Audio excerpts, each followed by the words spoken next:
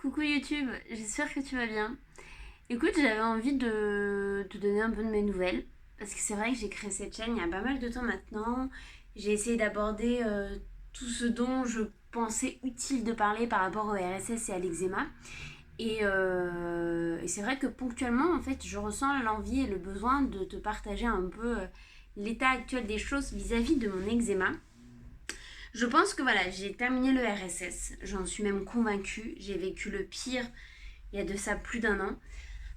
J'en ai parlé dans différentes vidéos sur cette chaîne. Voilà, ça a été une période très compliquée. Et depuis mon RSS, en fait, j'ai plus du tout eu d'eczéma. Mais plus du tout, du tout, du tout. Si ce n'est quand je faisais une réaction allergique, en fait, c'était de l'eczéma de contact. Par exemple, si je me nettoyais les mains avec du savon où il y avait du parfum, c'était de l'eczéma de contact. Donc je faisais une petite plaque d'eczéma, mais ça partait 3 jours après dès que j'en utilisais plus, quoi. Mais j'ai plus jamais fait de plaque d'eczéma soudaine. Si ce n'est depuis le mois de mai. Voilà. Franchement, ça me saoule. Honnêtement, je pense que dans cette vidéo, je vais un peu te partager au fur et à mesure mon état d'esprit, mais je suis un peu saoulée. J'en ai marre de vivre avec de l'eczéma. Franchement, j'en ai marre. J'en ai marre, marre, marre, marre, marre. Mais à un point où j'ai même plus les mots en fait, parce que depuis le mois de mai, je ne sais pas pourquoi, j'ai de nouveau des plaques d'eczéma qui sont apparues sur mes avant-bras, qui ont redisparu quand je faisais des cataplasmes, mais qui une semaine après réapparaissaient, qui redisparaissaient 3 semaines après les cataplasmes, et blablabli, et blablabla. Ça s'est amélioré un peu avec le soleil cet été. Et ensuite, bim, je rentre au mois de septembre, de nouveau des plaques, et de pire en pire, et soit c'est rouge, et soit ça sointe. Waouh! J'en ai marre. Franchement, j'en ai marre. C'est pas du tout une vidéo positive, mais c'est aussi ça, en fait, la réalité des choses. C'est que, franchement, si aujourd'hui t'es en RSS ou si t'as de l'eczéma, mais je pense que tu comprends ce que je veux dire, c'est qu'il y a des jours où on n'en peut plus, on en a marre. Et en fait, honnêtement, j'ai été contente qu'il fasse super moche ces derniers mois, parce que je pouvais encore cacher mes bras, etc. Cet été, bon, j'étais partie en vacances, donc il y avait moins de monde où j'étais, etc. Donc c'était pas très grave si je montrais mes bras, j'étais pas mal à l'aise, pas comme au travail par exemple. Et là, mais je suis contente en fait de me dire ça y est, on remet les pulls, les t-shirts à manches longues. Mais j'avais oublié en fait la douleur que c'était l'eczéma sur les habits. Franchement, j'avais oublié. Et le truc, c'est que je me rends vraiment compte, enfin plutôt aujourd'hui, je sais plus par où aller. Je vais être honnête avec toi, franchement, j'ai eu des chouchis, des soucis digestifs depuis le mois de janvier. Enfin, qu'on soit clair, j'ai une constipation en fait chronique. Voilà, j'ai vu une gastro-entérologue. On a essayé de voir si c'était potentiellement la maladie cœliaque. Aujourd'hui, je ne sais pas encore si j'ai la maladie cœliaque. Il faudrait que je fasse l'examen, mais c'est sous anesthésie générale et j'ai peur de ça. Mais d'un autre côté, j'ai eu des douleurs de ventre. Et en fait, je sais que le ventre, le microbiote, ça a un impact en fait sur le corps en règle générale, sur l'inflammation corporelle et donc sur l'eczéma. J'en ai conscience de tout ça. Pour te dire, j'ai même commencé des formations en alimentation thérapeutique qui confirment tout ce que je savais déjà, mais qui m'ont appris d'autres choses.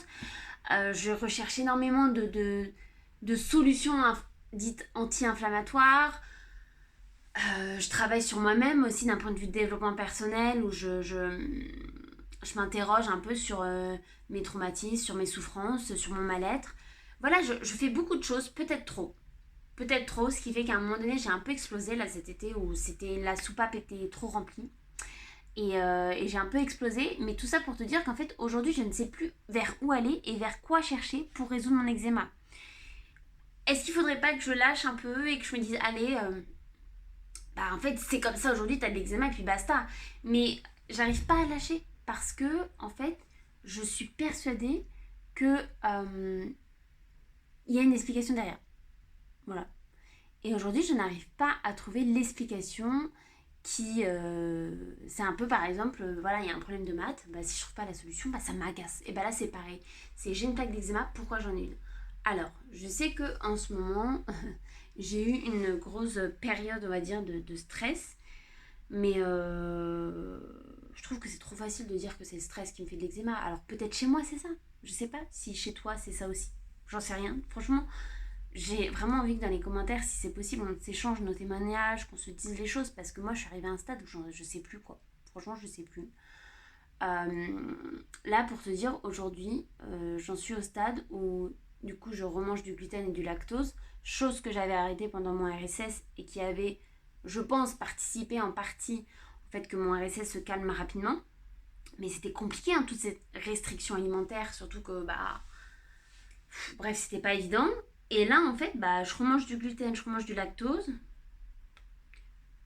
Et je me dis, est-ce que c'est pas ça qui aurait de nouveau une influence sur mon eczéma? Donc, est-ce qu'il faut de nouveau que j'arrête tout ça?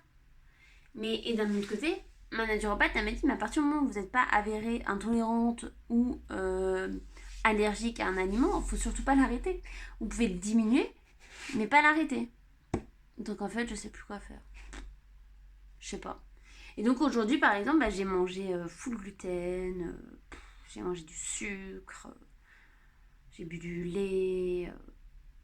Et en fait, j'en arrive au stade où genre, je culpabilise de ce que je mange parce que je me dis que ça aura un impact sur ma peau. C'est pourri comme raccourci mental, mais c'est mon raccourci mental aujourd'hui. Et j'en ai marre. Franchement, j'en ai marre parce que j'ai le sentiment que j'avance dans ma vie, mais qu'il y a encore des points qui ne veulent pas se libérer. Notamment le fait de me sentir tellement, en fait, genre, sale et pas bien dans mon corps quand j'ai de l'eczéma. Clairement, qu'on se le dise. Le fait de ressentir de nouveau ces douleurs sur les vêtements. Alors, j'essaie de relativiser tout ce que vous voulez, mais ouais, j'en ai marre. Enfin voilà, je sais pas trop ce que va donner cette vidéo, mais en fait, c'est compliqué. Franchement, c'est compliqué. Les maladies de peau, en règle générale, je pense que c'est compliqué. Hein. Je sais pas ce que c'est que l'acné ou autre, mais pour avoir vu des témoignages, je sais que ça peut faire... c'est aussi très douloureux. Et encore une fois, l'aspect physique, visible, j'essaye de m'en détacher. Franchement, j'essaye de m'en détacher. Mais qu'on se le dise... je me compare trop aux autres, encore une fois. Je le sais, je me compare trop aux autres. J'envie beaucoup trop la vie des autres en me disant mais pourquoi elle a pas ça, pourquoi lui il a pas ça, pourquoi moi j'ai ça. C'est nul, je sais que c'est nul. Mais voilà, je sais plus trop quoi faire YouTube, je t'avoue. Donc ça m'agace, je sais que j'arrête pas de dire la même chose, que ça m'énerve, tout ce que vous voulez. Ah oui, puis j'avais oublié ce que c'était la transpiration aussi sur l'eczéma, comment ça brûle. Enfin bref, écoutez, je sais pas trop si cette vidéo je vais la publier comme ça ou si je vais continuer un peu. Mais on va peut-être essayer de trouver des solutions ensemble, hein. Donc je pense que je vais vous emmener avec moi et on va voir ce que ça donne. Je me suis dit que j'allais vous montrer quand même aujourd'hui l'état de mes plaques. Alors bien sûr, je prends des pincettes comparé à un RSS ou comparé même à une personne qui a de l'eczéma. Il y a des degrés, des proportions qui sont différentes. Moi aujourd'hui, peut-être aux yeux de certains, c'est pas beaucoup, mais pour moi, ça me pèse fortement. Donc voilà, c'était juste pour vous dire que j'espère que vous n'allez pas penser que je me plains pour rien. Mais en tout cas, moi aujourd'hui, ça m'affecte mentalement et physiquement. Donc c'est un peu l'objet de ma vidéo aussi, c'est de vous partager un peu mon état d'esprit sur le fait de vivre avec de l'eczéma au quotidien. Et aujourd'hui, je ne suis pas dans un très bon état d'esprit. Donc, mes plaques, voilà ce que ça donne. Je sais pas, ça, voilà.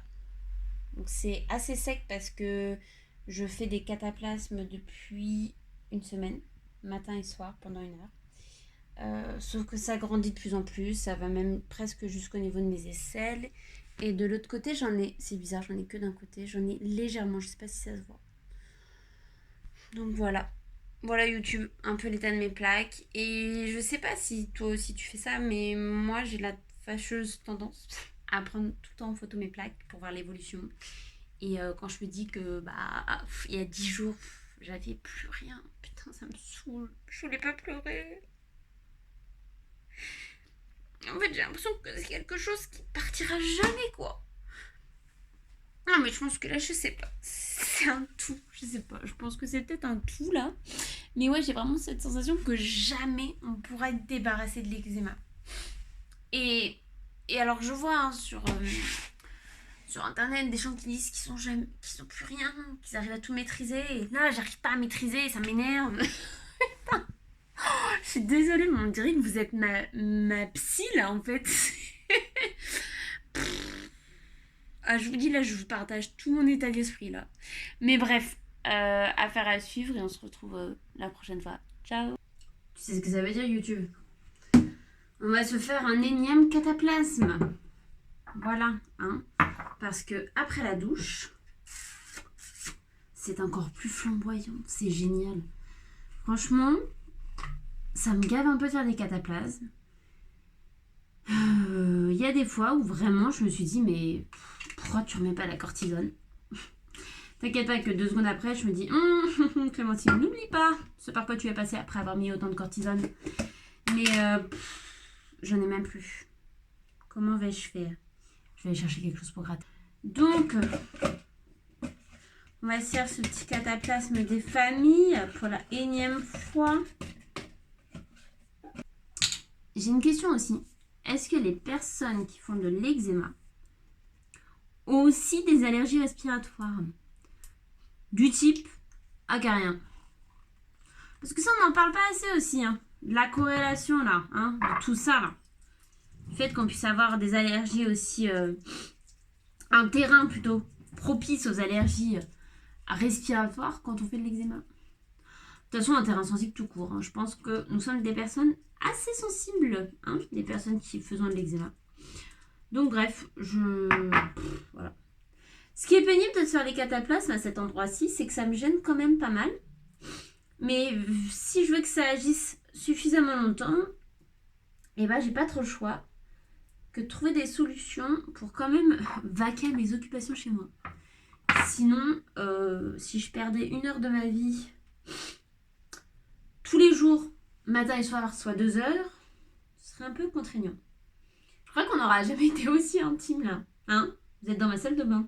Vous vous rendez compte quand même? D'ailleurs, j'en profite. Vous savez, j'avais fait une vidéo là, je crois que c'est ma dernière vidéo sur le cataplasme, notamment d'argile verte, mais bon bref, de cataplasme tout court, d'argile. Et dans ma vidéo, je savais plus pourquoi j'avais dit qu'il fallait prendre de l'eau filtrée. Et heureusement, j'ai une très très bonne amie à moi, Lisiane, qui d'ailleurs a été interviewée sur cette chaîne, qui m'a dit « Mais si Clémentine, l'eau filtrée c'est quand en fait t'achètes l'argile en poudre et que du coup il faut que tu crées la pâte. » Voilà, merci à Lisiane. D'ailleurs, j'aimerais bien interviewer d'autres personnes sur le RSS ou sur l'eczéma sur cette chaîne. Je sais pas trop comment je vais lancer les appels à candidats, mais tout le monde est... Enfin, je vais pas faire de casting, quoi, t'as compris? Je vais pas faire de casting, mais je sais pas trop comment rentrer en contact avec qui. Voilà, surtout que j'aimerais bien les faire en face-to-face. Une fois que c'est posé, regardez-moi ça. Oh, ça se barre de partout. Ça m'énerve. Mais bon, voilà, après, je laisse poser mon petit bandage de cataplasme pendant 1 heure. Comme je vous disais, j'essaie quand même de faire des petites choses, de me faire à manger, de ranger, mais quand c'est sur les bras, c'est plus compliqué parce que ça tient pas forcément très bien. L'idéal, ce serait d'être avachie dans mon lit.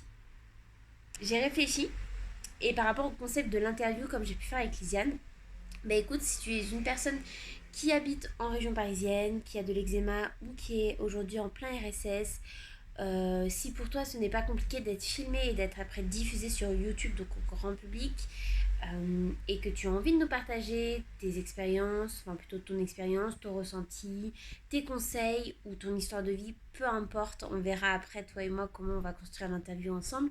Mais l'idée c'est voilà, c'est de relayer certains témoignages et donner aussi de l'espoir dans tout ça. Donc voilà.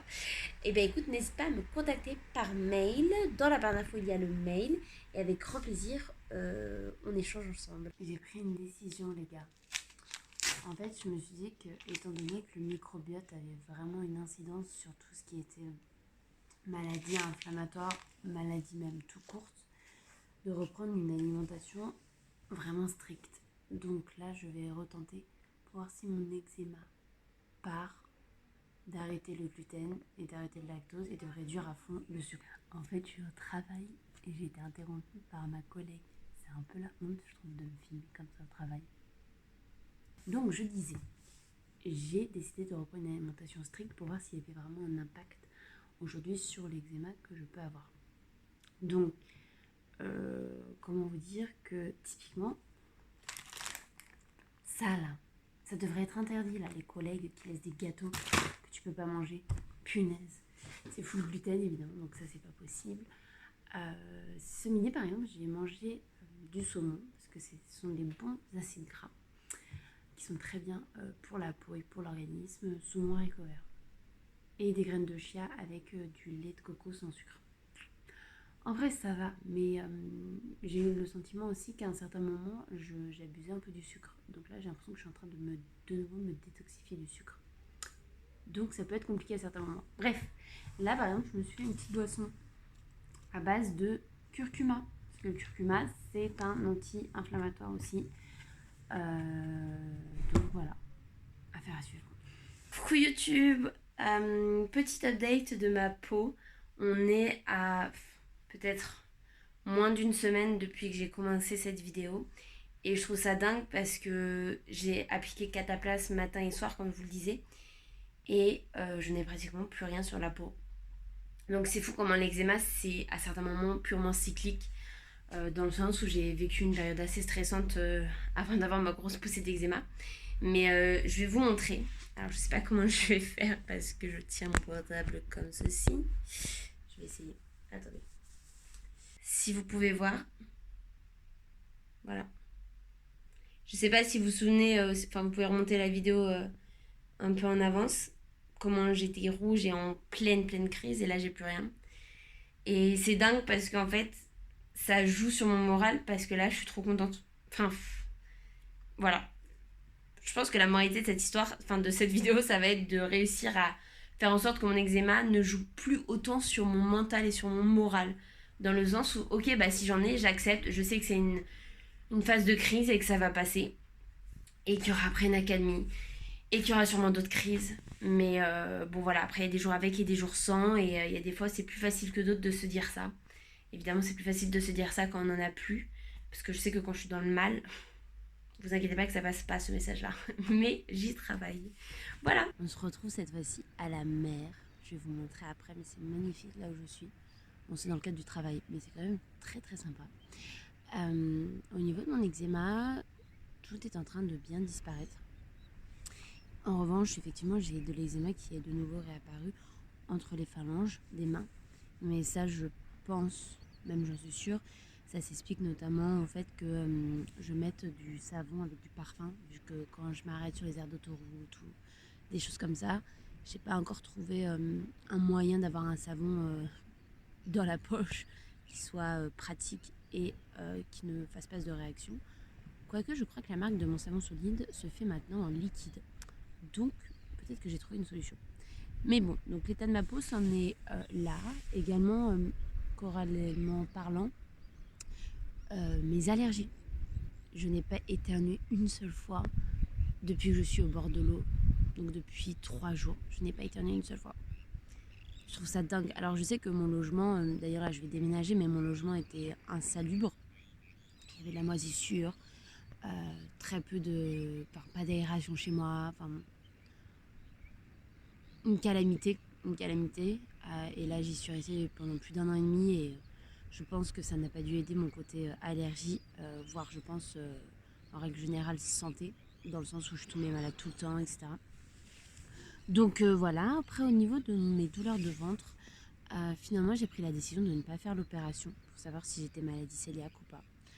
Je me suis dit qu'aujourd'hui j'avais plus trop de douleurs au ventre et que je me sentais plutôt bien, donc je pense que je n'ai pas ce besoin et surtout je n'ai pas du tout envie de faire une opération en anesthésie générale juste pour ça entre guillemets, dans le sens où j'ai pas vraiment de marqueurs alarmants dans mes prises de sang qui pourraient laisser sous-entendre que ma vie est en danger.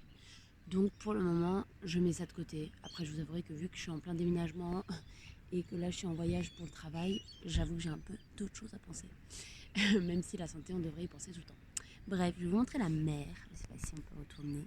Et je retourne au boulot. Ciao. Voilà, regardez-moi ça. Juste quelques secondes de bonheur visuel pour vous. C'est incroyable. Incroyable. Allez, bonne journée à toi. On arrive sur la fin de cette vidéo et je voulais faire un peu un point avec vous sur ces quelques jours condensés que vous avez passés avec moi.